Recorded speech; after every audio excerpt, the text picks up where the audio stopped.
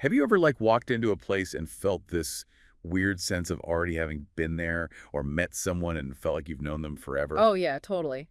It's like a déjà vu feeling, but way stronger. Right. Today we're taking a deep dive into reincarnation.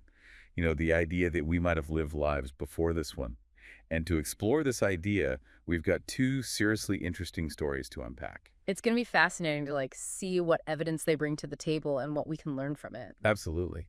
And the first story takes us all the way to Spain, where a boy named Ozel Hida Torres was identified as the reincarnation of a really prominent Tibetan Lama. Oh, wow. A Tibetan Lama. So we're talking serious spiritual territory here. Definitely. This Lama, Lama Yeshe, was a huge figure in bringing Tibetan Buddhism to the West. Imagine the impact of his teachings reaching people all over the globe. So when Ozel was recognized as his reincarnation, it was a massive deal. Yeah, like passing the torch to the next generation. But in this case, the torch is ancient wisdom and the setting is like a monastery in the Himalayas. Exactly.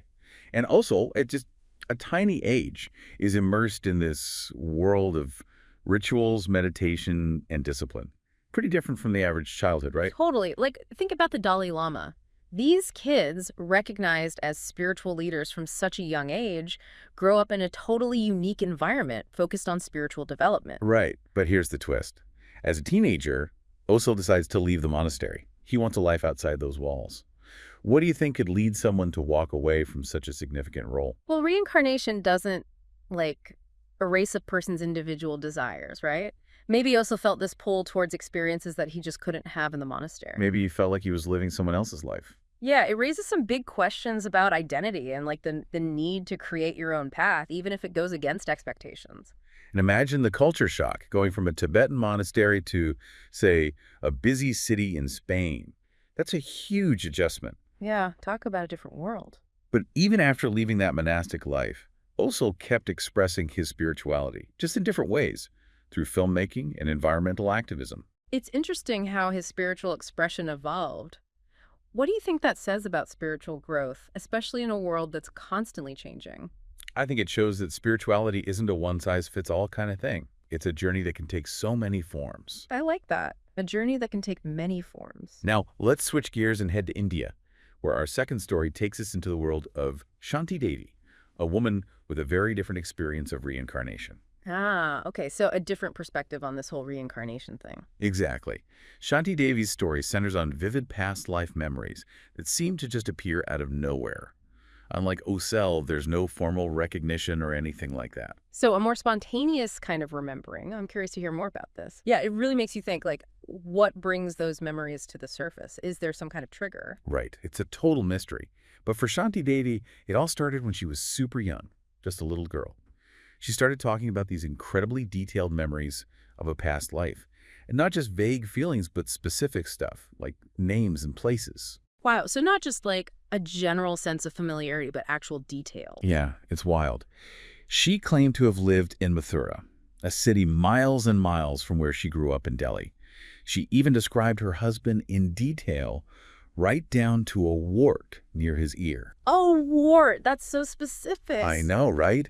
And she talked about their shop, their life together, even mentioned a temple called the Dwarkadish Temple. It's like she had this mental map of a whole life that, according to, conventional thinking, she never lived. It's pretty mind-blowing. And when she was 6, get this, she actually ran away from home trying to find her past life family. That's how strong her conviction was. Wow. I mean, some people might just dismiss that as a kid's imagination running wild, but that level of detail and her determination to find these people, that's something else. Exactly. And that's what caught the attention of this researcher, Bal Chand Nahata. He was originally skeptical, of course, but he decided to investigate her claims. So we've got a researcher on the case trying to get to the bottom of this. I bet they were looking for hard evidence to back up her claims, right? Oh yeah, for sure. Nahata actually traveled with Shanti Devi to Mathura, and she led them straight to the house she claimed was hers in her past life. She even recognized people she said were her past life relatives. No way. So she's pointing out people saying, that's my brother or that's my cousin. It's like something out of a movie. And it gets even crazier. She eventually met this clock merchant named Kedar Nath, who, it turned out, had lost his wife, Lugdi Devi, 9 years before. Oh, wow. So this would have been her past life husband. Exactly.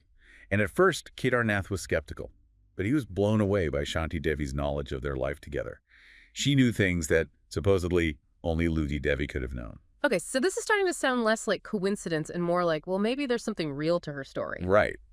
And here's the kicker. Mahatma Gandhi himself heard about this case Yeah. and was so intrigued that he set up a whole commission to investigate Shanti Devi's claims. Wow, Mahatma Gandhi, that's huge. So this wasn't just some local curiosity, it was a national thing. Totally. And after a ton of investigating, the commission concluded that Shanti Devi was, in fact, the reincarnation of Lugdi Devi.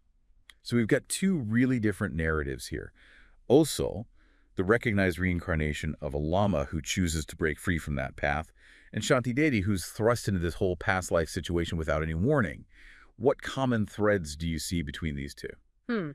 Well, they both seem to deal with this question of identity, right?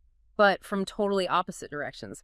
Osul is trying to carve out his own path, while Shanti Devi's path is seemingly laid out for her by these memories. It's like two sides of the same coin almost.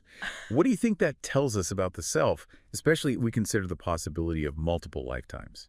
Yeah, it's like they're both wrestling with this idea of who they are, but from totally different angles. Osul's born into this role that basically defines him, and he's trying to break free, find his own individuality. And Shanti Devi, she's just living her life, and then boom, these past life memories hit her, and suddenly her identity is way more complex than she ever imagined. It really makes you question this whole notion of a fixed self, doesn't it? Like, what if who we are is actually way more fluid, way more expansive than we tend to think? Right. It's like maybe our past lives, even if we don't consciously remember them, are kind of woven into us, shaping who we are today. That's a cool way to think about it, like threads in a tapestry. Exactly. And it makes you wonder about those weird things we all experience sometimes, like those fears that come out of nowhere, or those random talents we discover, or even those crazy strong connections we feel to certain people. Oh, yeah, totally. Like, what if those are actually echoes of past experiences, little hints of those past lives influencing us in ways we don't even realize? It's a pretty wild thought, right? Yeah. And if our past lives are playing a part in who we are now, does that mean we have, like, a responsibility to those past selves? That's a tough one. I mean, a lot of spiritual traditions talk about karma and the idea that our actions have consequences that can stretch across lifetimes. So if we buy into reincarnation, it definitely adds another layer to how we think about our choices and our actions. For sure. And it makes you wonder, like, if you could actually access those past life memories, would it change how you live your life today? Yeah, that's a question everyone would have to answer for themselves, right? I mean, imagine finding out that you had a past life full of regrets. Would that make you want to, like, grab onto every opportunity now so you don't make the same mistakes? Right. Or maybe you discover some hidden talent or passion that you can now pursue in this life. Like, reincarnation could be a chance for a do-over, a chance to grow and learn from those past experiences. I think even if you're not totally sold on this whole reincarnation thing, these stories really encourage us to think about who we are on a deeper level. They make us question our assumptions and look at ourselves in a whole new light. Absolutely. So as we wrap up our deep dive, is there like one key takeaway you'd want our listeners to walk away with?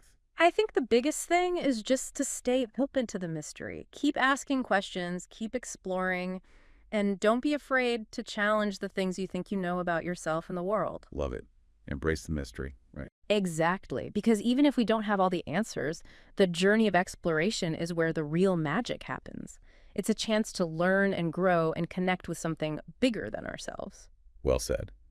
And on that note, thanks for joining us for this deep dive into reincarnation. We've explored some amazing stories, asked some big questions, and hopefully sparked some curiosity along the way. It's been awesome exploring all of this with you. Until next time, keep those minds open, those hearts curious, and keep exploring the infinite possibilities that are out there waiting to be discovered.